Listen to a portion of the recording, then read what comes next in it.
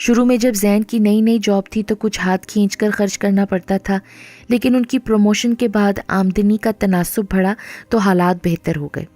شادی کے 2 سال بعد ہم نے سالیہ آپی کے کہنے پر فلیٹ کی بکنگ کروا لی۔ اب جب کرائے کے گھر کے جھنجھٹ سے نجات مل گئی تو گھر کو سجانے سنوارنے میں زیادہ خوشی کا احساس ہوتا تھا۔ اگلے چند روز میں ریشم انتہائی بے تکلفی سے میرے گھر میں آنا جانا شروع ہو چکی تھی۔ وہ ایک تیز ترار لڑکی تھی جو مجھے نت نئے مشورے دینا اپنا فرض سمجھتی تھی۔ ارے یہ کیا فری، تمہارے بال کتنے بے رونق ہو رہے ہیں، کبھی پارلر نہیں گئی کیا؟ میں گھبرا کر اپنے سر پر ہاتھ پھیرتی۔ نہیں، ایسی تو کوئی بات نہیں، اصل میں کچھ الجھے ہوئے ہیں بال، ورنہ تو خوب تیل لگا کر پھر 4-5 گھنٹے بعد شیمپو کرتی ہوں۔ شاید کبھی فیشل کرانے بھی نہیں گئی نا تم؟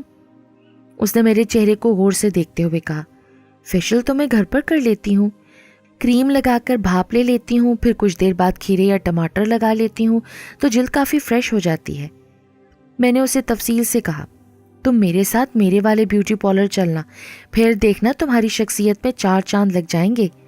اس نے اپنے تراشیدہ بالوں کو ایک ادا سے جھٹکتے ہوئے کہا، بھائی میرے شوہر کو تو میں ویسی ہی اچھی لگتی ہوں، تو پھر اتنی ٹینشن پالنے کی کیا ضرورت ہے؟ ارے یہ شوہر کی بھی تم نے خوب کہی، بھائی ان کو کیا پڑی ہے کہ بیوٹیشنز کے اضافی خرچے برداشت کریں؟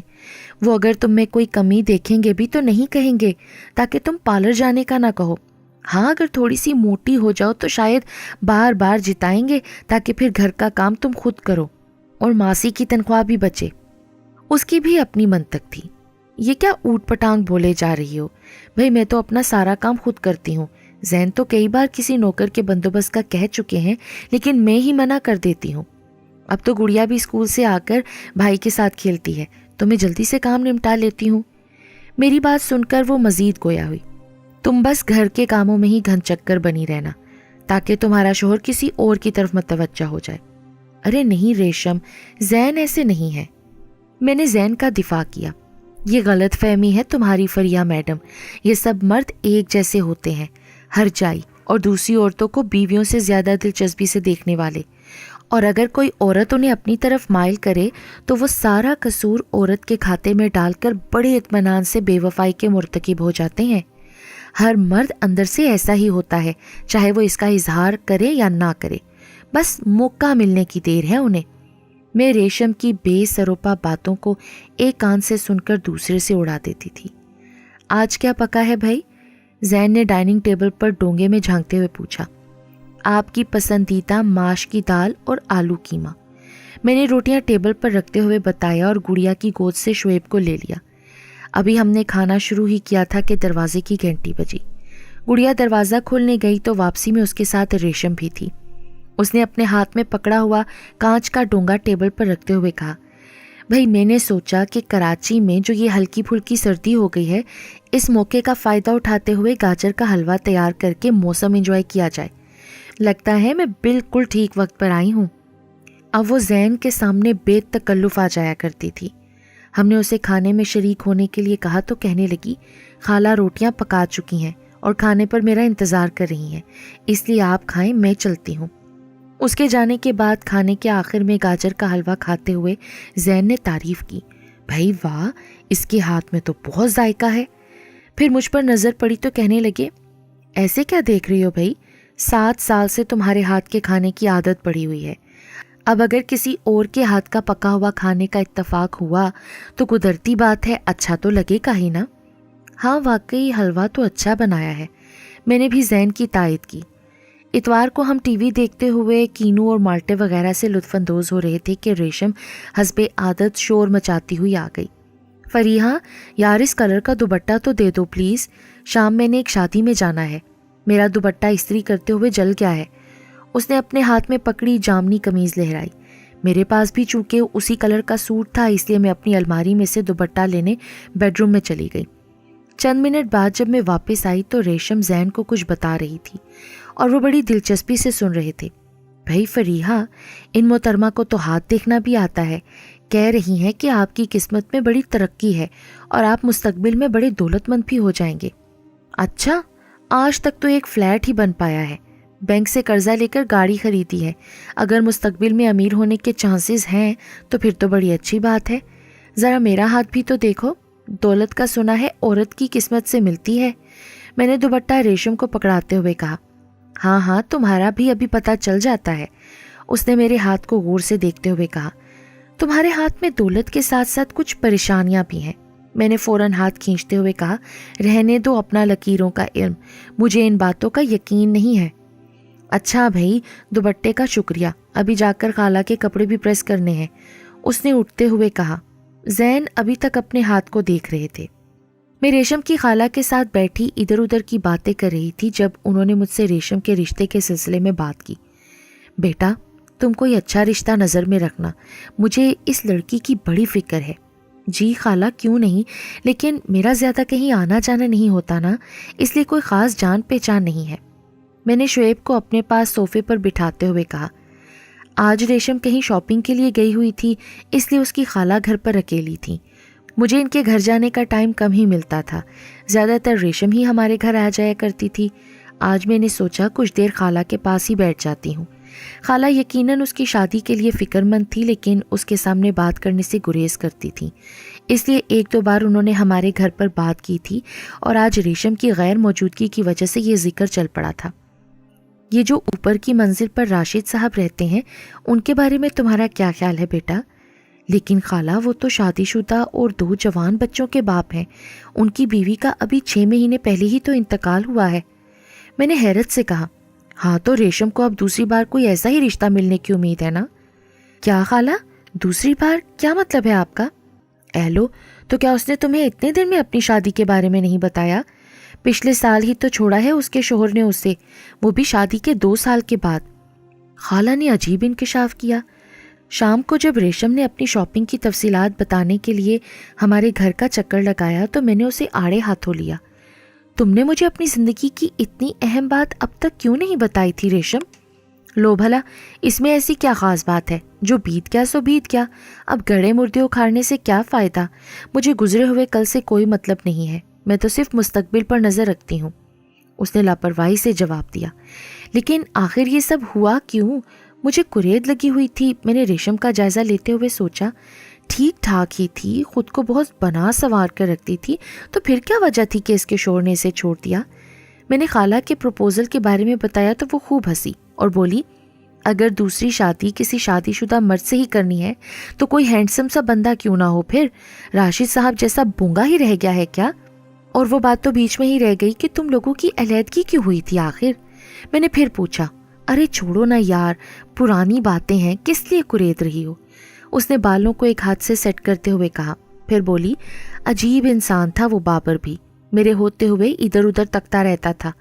جب اس کی یہ عادت جاننے کے بعد میں نے اسے اس بارے میں منع کیا تو کہنے لگا، اس میں حرج ہی کیا ہے؟ کچھ عرصہ تو میں نے برداشت کیا، جب وہ نہ مانا تو ایک دن میں نے کہا کہ دوسری عورتوں سے راہ رسم بڑھانا اگر برا نہیں ہے تو پھر میں بھی اپنے چند دوست بنا لوں گی۔ اس بات پر وہ بپھر گیا۔ بس پھر بات اتنی بڑھی کہ میں نے سوچا ایسے شخص کے ساتھ رہنا ہی فضول ہے۔ اس نے بھی شاید کسی اور کو سیٹ کر رکھا تھا، لہٰذا ہمارے راستے الگ الگ ہو گئے۔ دیکھو ریشم، یہ ساری تو غلط باتیں ہیں۔ مرد کے ساتھ ٹکر لینے کے بجائے اس کے ساتھ حسن سلوک کرتے ہوئے اسے سمجھانا چاہیے۔ لڑائی جھگڑے سے تو مرد کسی بھی بات کو اپنی انا کا مسئلہ بنا لیتا ہے نا۔ نرمی اور پیار سے شاید وہ کبھی نہ کبھی راہ راست پر آ ہی جاتا۔ ارے چھوڑو فریحہ، تم بھی پتہ نہیں کیا باتیں کرتی ہو، یہ سب کہنے کی باتیں ہیں۔ مرد اپنی بیرونی سرگرمیاں نہیں چھوڑتے اور ہم عورتوں کو ہی معاشرتی تنقید کا نشانہ بناتے ہیں۔ وہ کیوں بھلا؟ ویسے میں تو کسی کی پرواہ نہیں کرتی، جو میرے جی میں آتا ہے بس وہی کرتی ہوں۔